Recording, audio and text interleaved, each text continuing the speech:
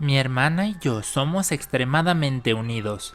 Soy 5 años mayor que ella y no solo por la educación que nos dieron mis padres, sino por un infinito amor fraternal que nos tenemos, siempre he actuado como su protector. Cuando niños, vivíamos en un lugar muy pequeño y aunque en otras familias los hijos y las hijas viven en cuartos separados, no era posible en mi casa, por lo que mi hermana y yo compartíamos habitación.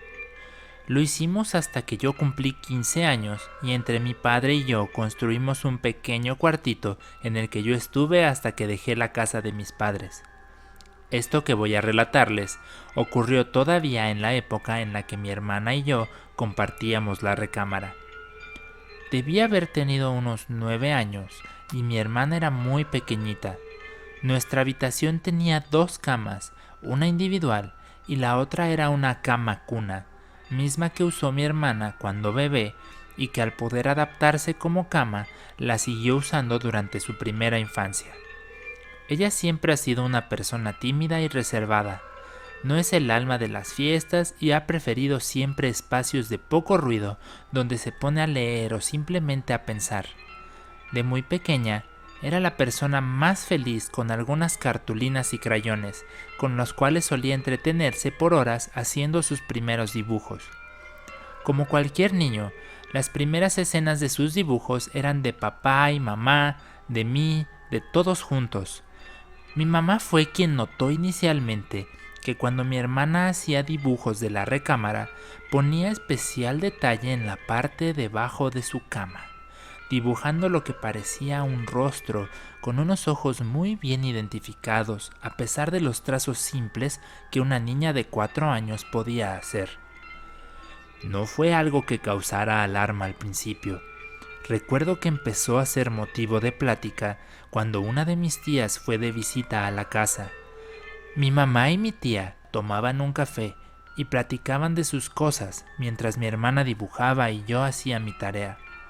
Para mi tía, sí fue una gran sorpresa ver cómo mi hermanita invertía tiempo dibujando algo debajo de su cama, y fue ella quien se atrevió a decirle algo. Mi niña, ¿de qué es tu dibujo? Le dijo con un tono dulce y amable. Mi hermanita, sin dejar de dibujar, le contestó. Es mi cama y este es el chuequito que vive ahí. Mi mamá y mi tía se quedaron mudas por un momento, para después cuestionar a mi hermana que a qué se refería con el chuequito y qué significaba eso de que vivía ahí. Mi hermana les explicó que el chuequito allí estaba siempre, que le hablaba y que le decía cosas.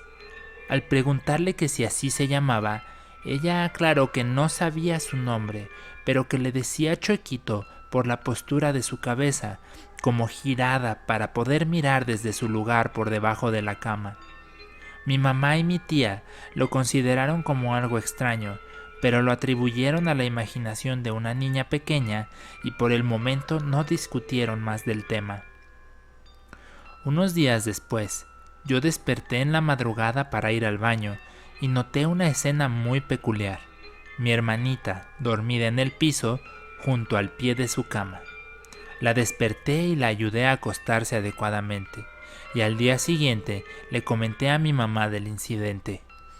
Esta vez su preocupación fue clara, pues cuando mi papá llegó del trabajo me pidió que le contara lo sucedido a él.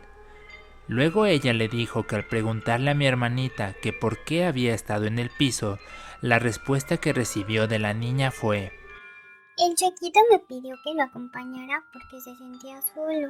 Mi papá se soltó una pequeña risa y dijo: seguro es la imaginación de la niña, no pasa nada, así son los niños. Pero no logró calmar los nervios de mi mamá. Por las siguientes noches, recuerdo que mi mamá estuvo haciendo rondines por nuestra habitación a diferentes horas, como asegurándose de que todo estaba bien. Un fin de semana, mi hermana y yo mirábamos la televisión juntos. Yo me despertaba temprano los sábados para mirar un programa que algunos recordarán salía en la televisión mexicana a las 8 a.m., sobre unos guerreros con armadura de bronce, plata y oro.